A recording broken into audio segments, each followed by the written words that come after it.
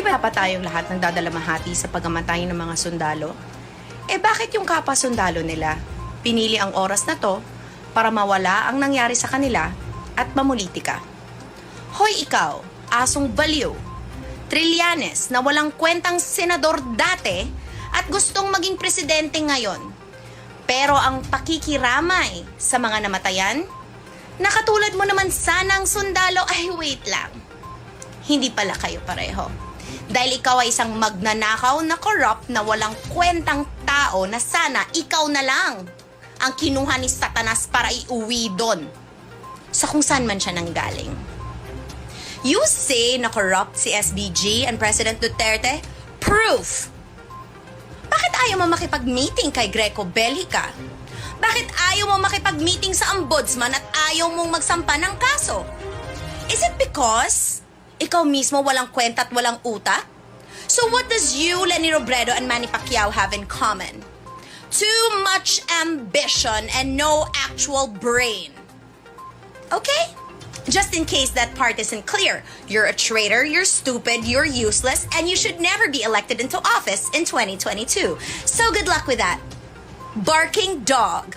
Crazy ass mother toot. Arf arf. Ingat. Sinanay nyo kasi ang mga Pilipino sa puro salita lang.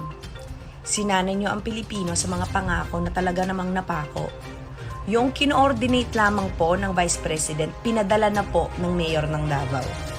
Oo, 24 hours pa lang since it happened or even less, nagpadala na po ng burn specialists ng Davao City, ng Government of Davao, doon po sa pinagyarihan ng trahedya.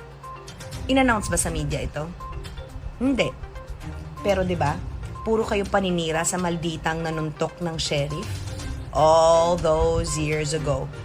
But that same maldita ang nagpadala ng tulong na walang maraming sinabi o coordination man lang.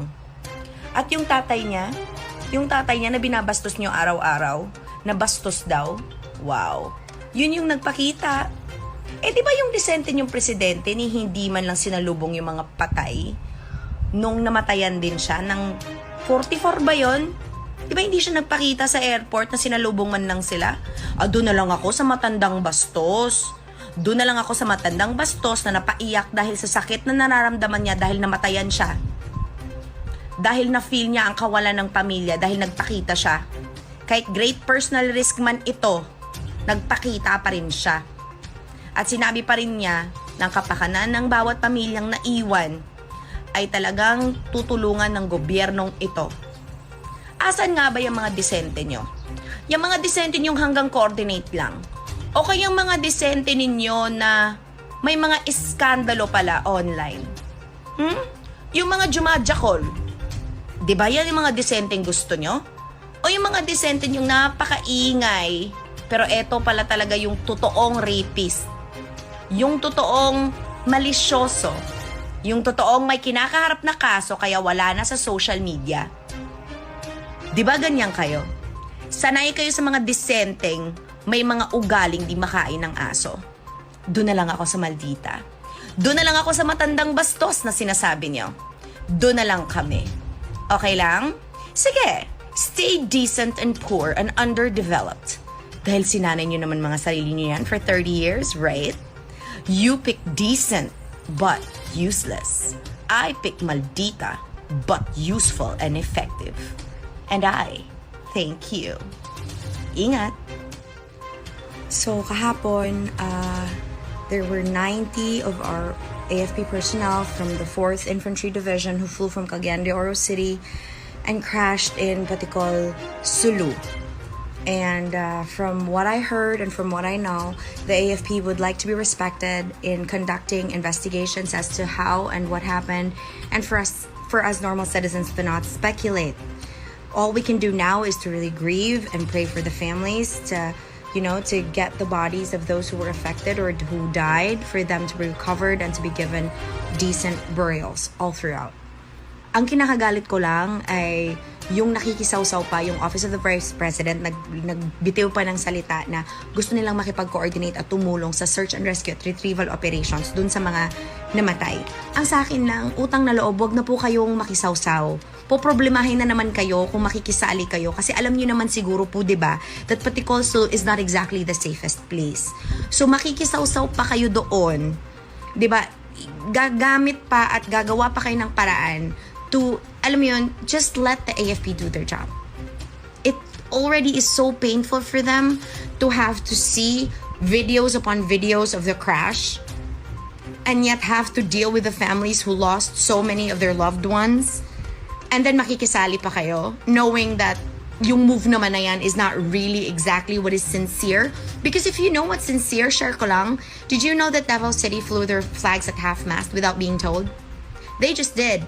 They flew their flags at half-mast to honor those who died and perished yesterday at the crash.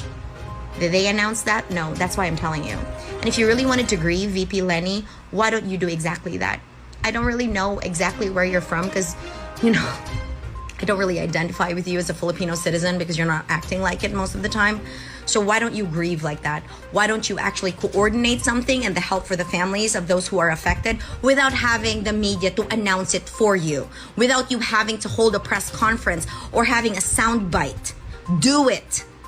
Do it and support the AFP when in fact it sounds like it's such a hypocritical move because all year round, except for today, you're exactly not the biggest supporter of the AFP.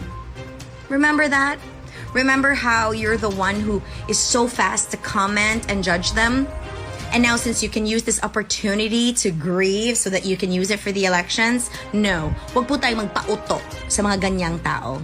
And again, I am very sorry for the loss of our heroes yesterday, but I'm just really mad na ginagamit ito para na naman sumikat at para naman may masabing may ginawa. Not like this. Karmahin sana kayo sa ginagawa ninyo. Trust me, don't use the AFP. You know that moment that you spend time watching the Manny Pacquiao press conference is the same moment when you realize that you have drained your brain cells of any healthy cells that you might be able to use to think?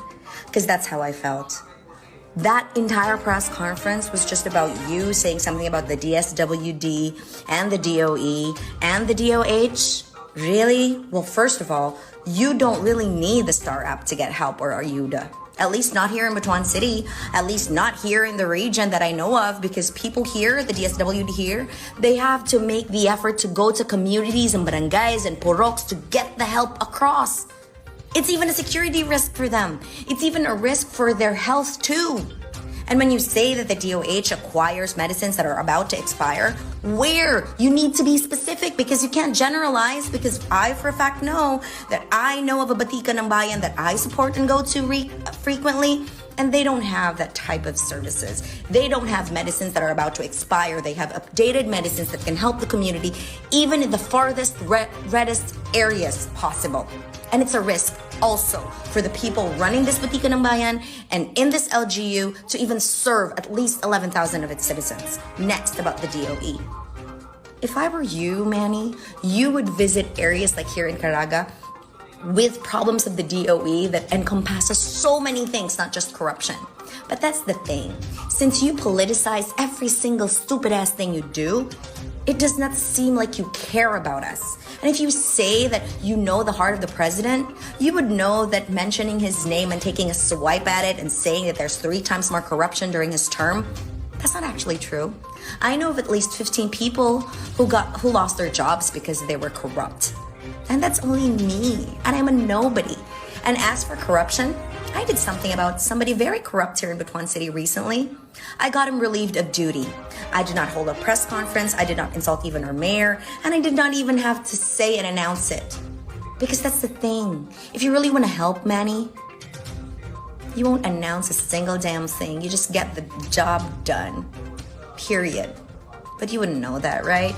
You wouldn't know that because hinay man ganing kay makastorya. Dili ka hinay og tingog, hinay ka mostorya, hinay gikan diri, munang hinay pud mo gawas diri. And I thank you.